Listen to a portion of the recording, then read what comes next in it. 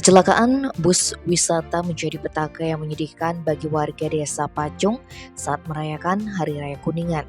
Selain satu orang menjadi korban dalam laka lantas tersebut, 12 kendaraan rusak parah diantaranya Toyota Rush, Suzuki EVV, Daihatsu Ela, dua buah Suzuki Pickup, Daihatsu Perosa, Toyota Avanza, 2 unit Suzuki Swift Silver, Honda CR-V, Daihatsu Terios, dan terakhir Daihatsu Grand Max, serta 3 unit sepeda motor yakni Honda Scoopy, Suzuki Smash, dan Honda Vario.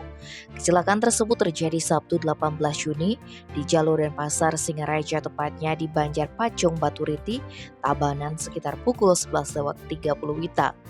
Kejadiannya bermula ketika bus yang mengangkut 45 penumpang rombongan siswi dan guru SMP Laboratorium School UNESA 2 Surabaya datang dari studi tur ke Ulun Danu Beratan. Dalam perjalanan menuju kawasan wisata di Gianyar, tiba di selatan pabrik es Banjar Pacung, Desa Baturiti, Kecamatan Baturiti, Tabanan, bus mengalami remblong.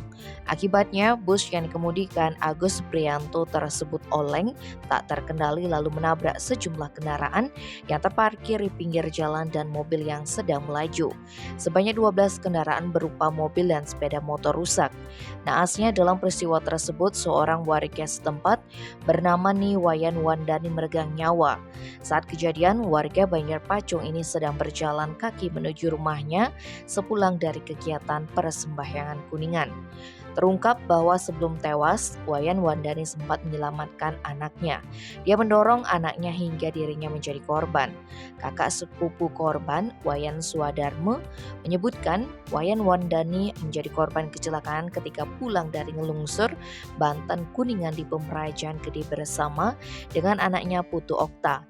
Dia ditabrak di depan rumahnya. Tim Bali Express melaporkan.